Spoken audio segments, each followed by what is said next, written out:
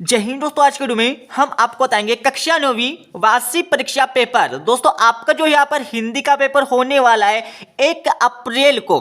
बिल्कुल दोस्तों यही पेपर आने वाला आपकी परीक्षा में। इस पेपर का पूर्णांक होने वाला 75 अंकों का, समय होने वाला 3 घंटे का, और इस पेपर में टोटल यहाँ पर 30 क्वेश्चन पूछे जाने वाला। आप इस पेपर का कोड भी देख लीजिए, यहाँ पर दिया हुआ है। इनको देखने के बाद आपको कुछ निर्देश दिए हुए यहाँ पर देख लीजिए। इन निर्देशों को आपको पूरा अच्छे से पढ़ लेना है। इनको पढ़ने के बाद आपको इस पेपर के नीचे भी यहाँ पर कोड मिल जाएगा, ठीक है। अब हम चलते हैं पहले क्वेश्चन पर। तो आपका पहला क्वेश्चन देख लीजिए। इस पेपर का हमारा पहला क्वेश्चन यहाँ पर पूछा है। यहाँ पहले क्वेश्चन में क्या पूछा है, सही विकल्प चुनकर लिखिए। यह आपकी परीक्षा में 6 नंबर के सही विकल्प पूछे जाने वाला, ठीक है। तो पहला सही विकल्प देख लीजिए, रसखान किस भक्ति शाखा के कवि है। तो रसखान जी किस भक्ति शाखा के कवि, आपको इस क्वेश्चन बताना होगा। तो इसका आंसर लगा लीजिए। इसमें आपका राइट आंसर आ जाएगा यहाँ पर सा वाला, कृष्ण भक्ति शाखा। अब यहाँ पर देख लीजिए, आपका दूसरा यहाँ पर सही विकल्प पूछा है, काव्य की शोभा बढ़ाने वाले तत्व कहलाते हैं। तो काव्य की शोभा बढ़ाने वाले तत्व क्या कहलाते हैं, ये आपको इस क्वेश्चन में बताना होगा। तो इसका आंसर लगा लीजिए। इसमें आपका आ जाएगा अलंकार। इसमें आपका राइट आंसर आ जाएगा, ठीक है।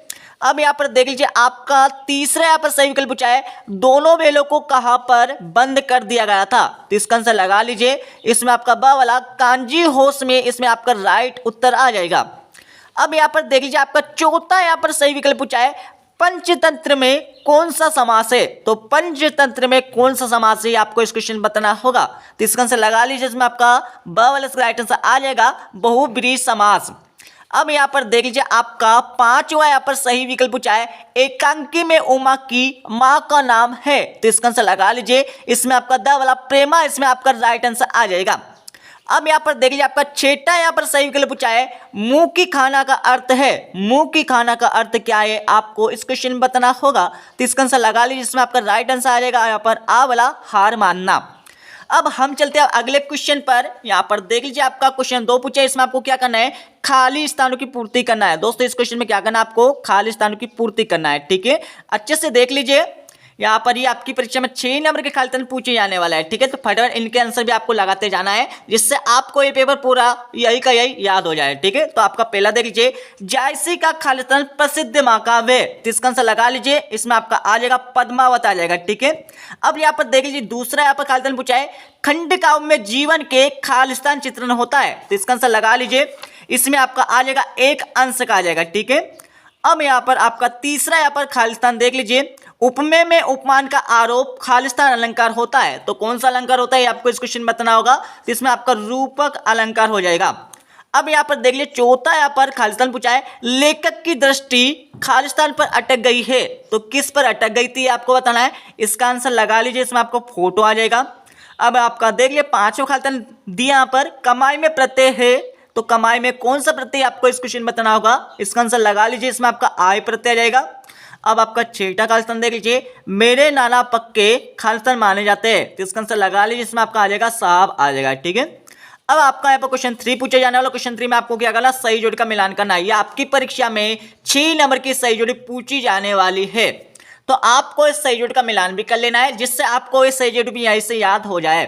पहला आपका दिया रामचरितमानस। तो रामचरितमानस किसने लिखा है, तो यहाँ पर तुलसीदास जी ने लिखा है। तो इसमें आपको नंबर दे देना है यहाँ पर 1। दूसरा आपका देखिए पंचवटी। तो पंचवटी कैसा काव्य, तो यहाँ पर खंड काव्य हो जाएगा हमारा। तो इसको आप देख लीजिए, यहाँ पर 2 दे दीजिए। अब आपका देख लिया, तीसरा दिया है महादेवी वर्मा। तो महादेवी वर्मा की रचना कौन कौन से, निर्जा निहार रश्मि। तो इसको आप दे दीजिए, यहाँ पर 3 लिख दीजिए। यहाँ पर हमारा 3 हो जाएगा। उसके बाद यहाँ पर देख लीजिए, आपका चौथा क्वेश्चन पूछा है, रात का तत्सम। तो रात का तत्सम क्या होता है, तो रात्रि होता है, ठीक है। तो यहाँ पर हम इसको दे देंगे यहाँ पर चौथा। यहाँ पर अगला पांचवा देख लिया, बी ही बर। तो बी ही बर क्या हो जाएंगे, तो यहाँ पर निपात शब्द हो जाएंगे। उसके बाद यहाँ पर देख लीजिए, आपका यहाँ पर अगला दिया है रीढ़ की हड्डी। दोस्तों रीढ़ की हड्डी में आप लगा लीजिए, रीढ़ की हड्डी किसने लिखा है, तो रीढ़ की हड्डी हमारी कहानी हो जाएगी। तो यहाँ पर लिखा है श्री जगदीश चंद्र माथुर आ जाएंगे, ठीक है। तो इसमें आपको दे दीजिए, अब 6 नंबर दे दीजिए, ठीक है। तो इस तरह से आप सही जोड़ को मिलान कर लीजिएगा।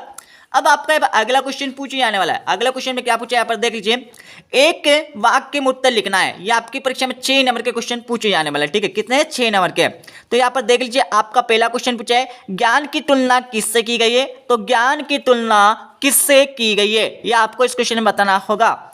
तो पहले का आंसर लगा, पहले में आपका आ जाएगा हाथी आ जाएगा, ठीक है। तो ज्ञान की तुलना यहाँ पर हाथी से की गई है। दूसरा देख लीजिए, दोहा के प्रथम चरण में कितनी मात्रा होती है। दोस्तों यहाँ पर क्या पूछा, दोहा के प्रथम चरण में पूछा है सिर्फ, ठीक है।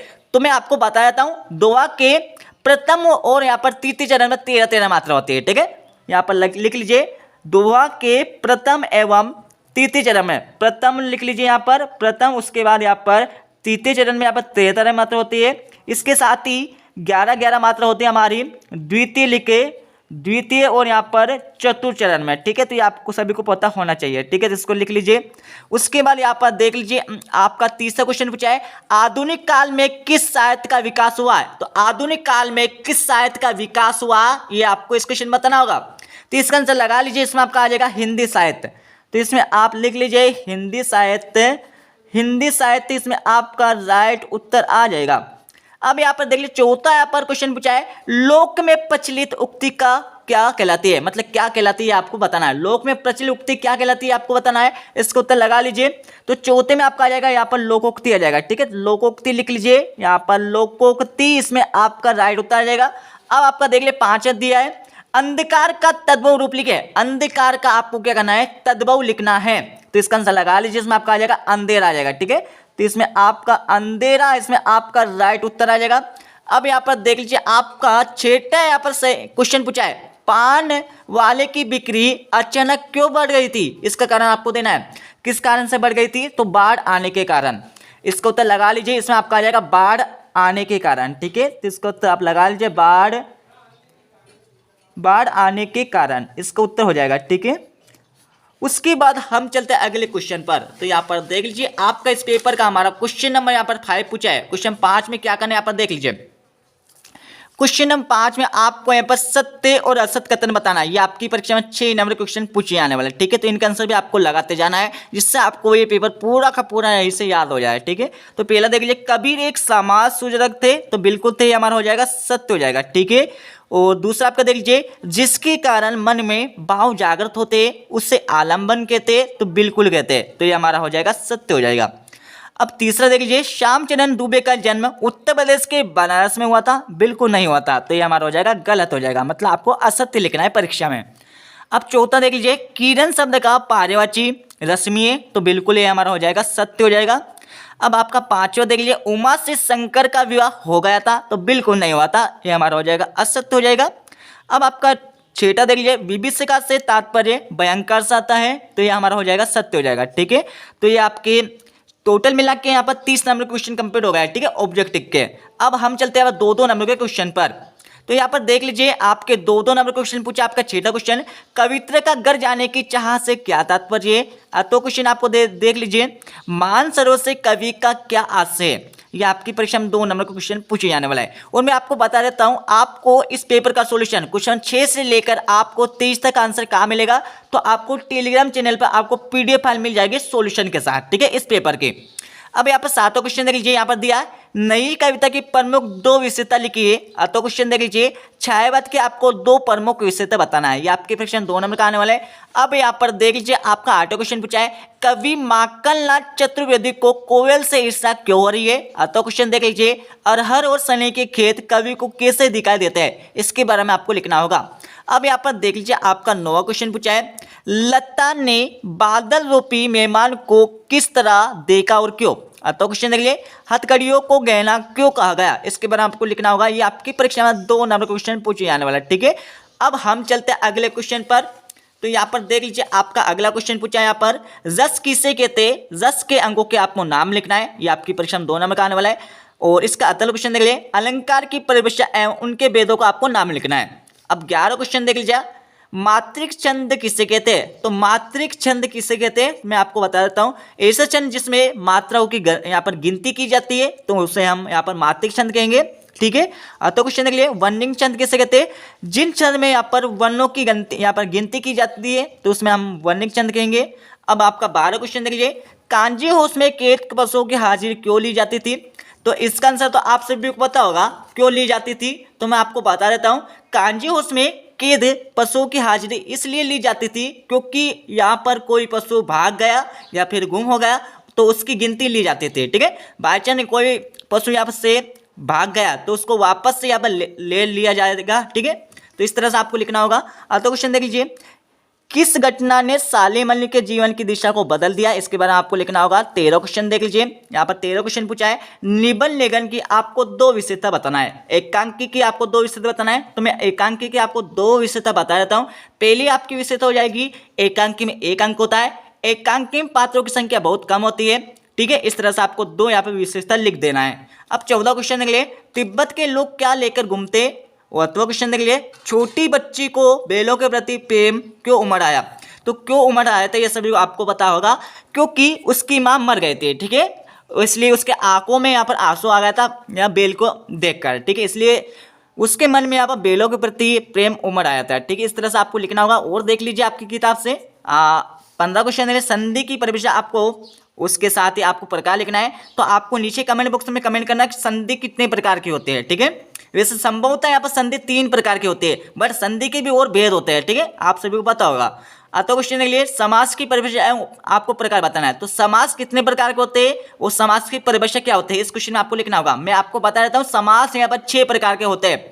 तो इनको याद रखने का यहाँ पर तरीका भी बता देता हूँ। याद रखने का तरीका क्या होता है? अब तक दादा, अब तक दादा, अब तक दादा से किस तरह से आप याद रखेंगे?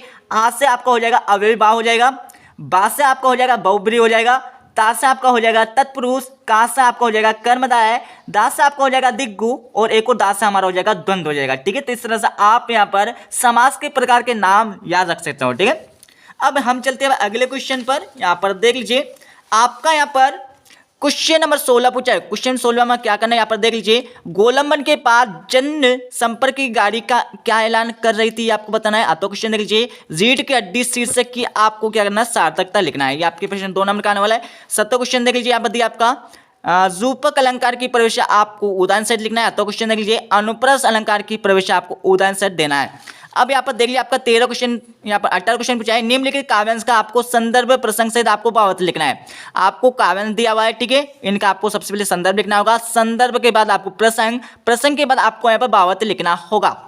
अब यहाँ पर देख लीजिए, आपका 19 क्वेश्चन पूछा हमारा। 19 क्वेश्चन में क्या पूछा, इसमें भी आपको एक गद्यांश दिया है। इस गद्यांश के आपको संदर्भ लिखना है, प्रसंग लिखना है और भावार्थ लिखना है। ठीक है, तो इस सब 3 नंबर यहाँ से कंप्लीट हो जाएंगे। अब यहाँ पर 20 क्वेश्चन देख लीजिए।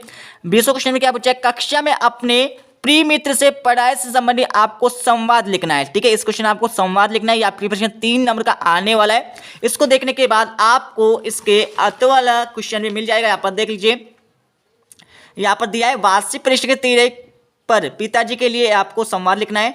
21 क्वेश्चन देख लिए। 21 क्वेश्चन आपको क्या करना है, इसमें कुछ नहीं करना है, ये 4 नंबर फिर ही आपके निम्नलिखित अपठित गद्यांश को पढ़कर नीचे लिखे प्रश्नों का उत्तर आपको लिखना है। आपको एक गद्यांश दिया है, इस गद्यांश को पूरा ऊपर से लेकर नीचे तक पढ़िए। इसको पढ़ने के बाद आपको पहला क्वेश्चन पूछा है, उपरोक्त गद्यांश का आपको शीर्षक लिखना है। तो इसका शीर्षक हो जाएगा आपका लोक साहित्य हो जाएगा।